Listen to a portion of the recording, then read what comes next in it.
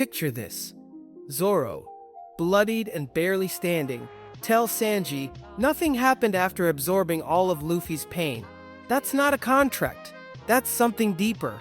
Don't think contract. Think wedding vow. Not as long as it works, but I stay, even when it hurts. That's the difference between a contract and a covenant. A contract says if you do X, I'll do Y. It's performance-based. But a covenant is identity-based. I will be this for you even when you can't hold up your side. Most anime crews work like contracts. You're valuable as long as you're strong, useful, or profitable. But the Straw Hats, they've stumbled onto something deeper. They live by covenant rules in a contract world. And that's exactly why they're unbreakable.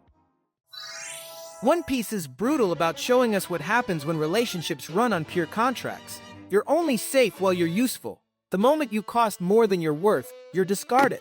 Look at the world government. They'll work with pirates like Crocodile as long as he serves their purposes. But the second he becomes inconvenient, they throw him to the Marines without hesitation. It's pure transaction.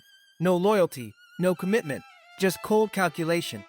Arlong operates the same way. He keeps Nami around because she's profitable. She makes him maps, brings him money, and stays quiet about his crimes. But the contract has an expiration date. Once she pays the 100 million belly, he fully intends to kill her anyway. She was never family. She was an asset. Big Mom's crew looks like a family, but it's actually a mafia contract dressed up with wedding cake. Her children serve her empire, and in return they get protection and status. But Crosser? Ask Lola what happens when you refuse an arranged marriage. Big Mom will hunt you across the Grand Line and try to murder your friends. The love evaporates the moment you stop performing. Even Kaido's beast pirates run on pure strength contracts. You climb the ranks by being useful in battle, but show weakness, get defeated, you're immediately replaced or executed. There's no room for failure, no grace for recovery. You're only as good as your last victory. This contract mentality creates a world of fear. Everyone's constantly proving their worth because they know they're one mistake away from abandonment. Nami lived this nightmare for 8 years, working desperately to buy her village's freedom while knowing Arlong could betray the deal anytime. Robin spent 20 years running because every organization she joined eventually sold her out when the bounty got too high. The psychology is devastating. When your relationships are transactional, you never truly belong anywhere. You're always performing, always afraid, always calculating whether you're still valuable enough to keep around. There's no rest, no security, no unconditional acceptance. But here's what makes the Straw Hats different.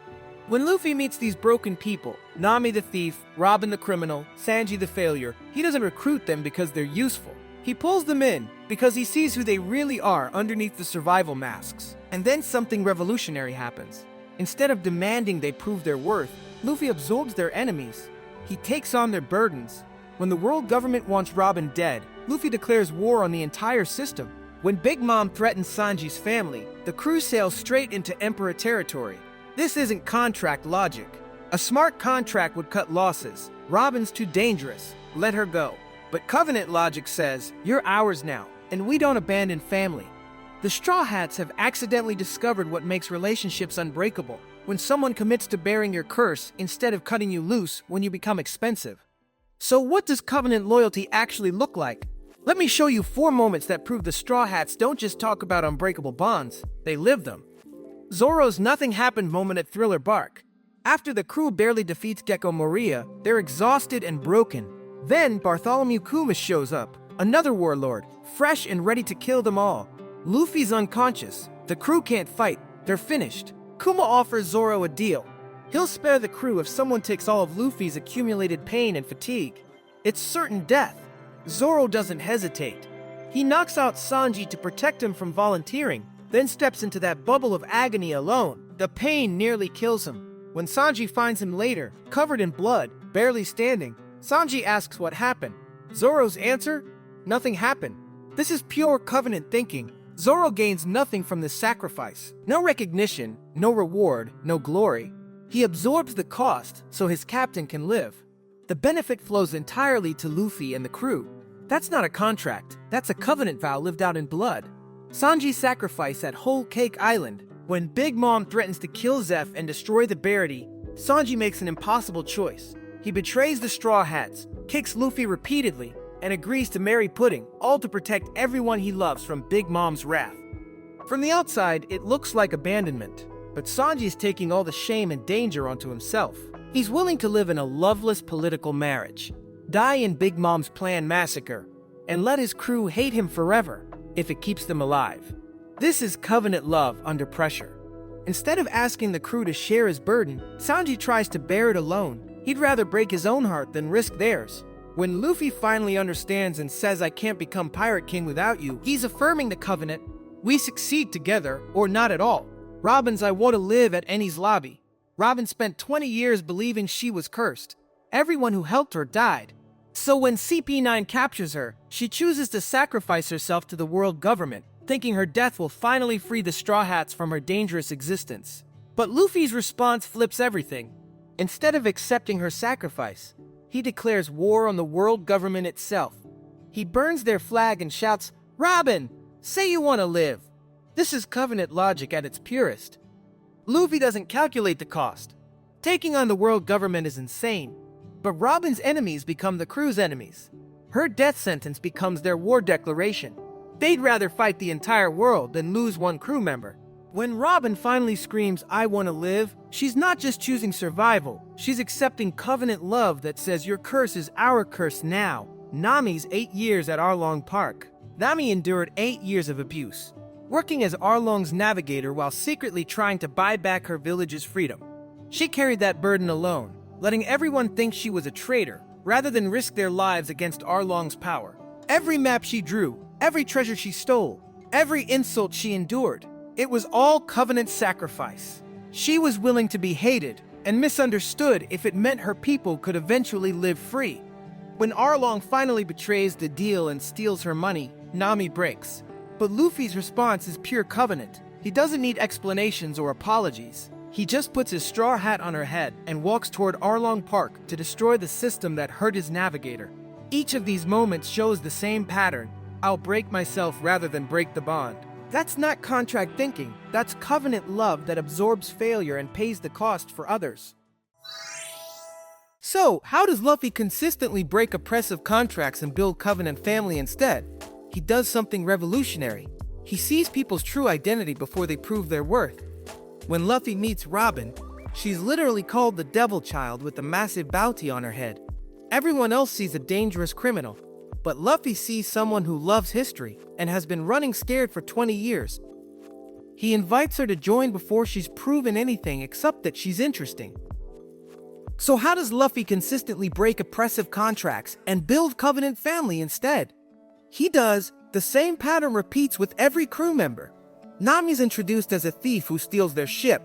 Usopp's a coward and a liar. Sanji's a lovesick cook with anger issues. Chopper's a monster who talks to humans. Brook's a literal skeleton with a perverted sense of humor. In a contract world, these are red flags. You don't recruit liabilities. But Luffy operates by covenant logic. He commits to people based on who they are, not what they can do for him. And here's the key.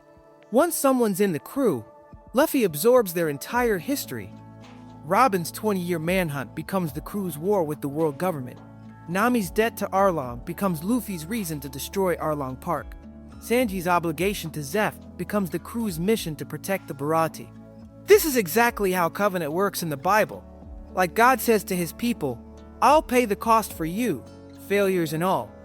It's not clean up your act, then I'll love you. It's your mine now, and I'll handle whatever comes with that." The crew fights world powers for people others would call burdens. When the world government wants Robin, they don't calculate whether she's worth the risk. They declare war because she's family. When Big Mom threatens Sanji, they sail into Emperor territory because you don't abandon Nakama. This creates something beautiful, a community where people can finally stop performing and start belonging. Robin doesn't have to hide her past anymore. Nami doesn't have to steal to prove her worth. Chopper doesn't have to apologize for being different. But here's what makes it sustainable. The covenant flows both ways. When Luffy's in trouble, the crew responds with the same fierce loyalty. They'll fight admirals, break into Impel Down, or face certain death because their captain would do the same for them. This isn't naive optimism. It's a deliberate choice to build relationships that can survive failure.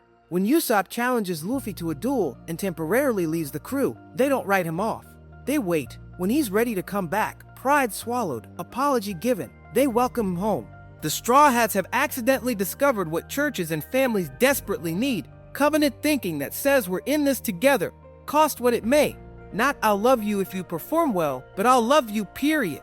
In our contract culture, this is revolutionary. We're used to relationships with escape clauses, performance reviews, and cost-benefit analyses, but covenant love absorbs failures instead of cutting ties when people underperform. The challenge for us is clear. Pursue covenant friendships where you bear burdens together, not business relationships where you cut losses when convenient.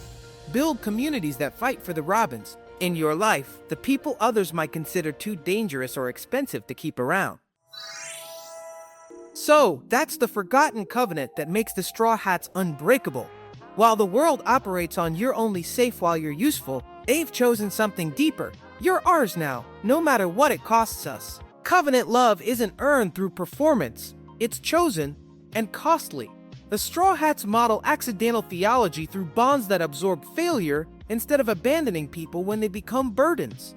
If this analysis hit different for you, smash that subscribe button for more anime breakdowns that connect to deeper truths. And drop a comment with your favorite Straw Hat sacrifice moment. I'd love to hear which covenant moment hit you hardest.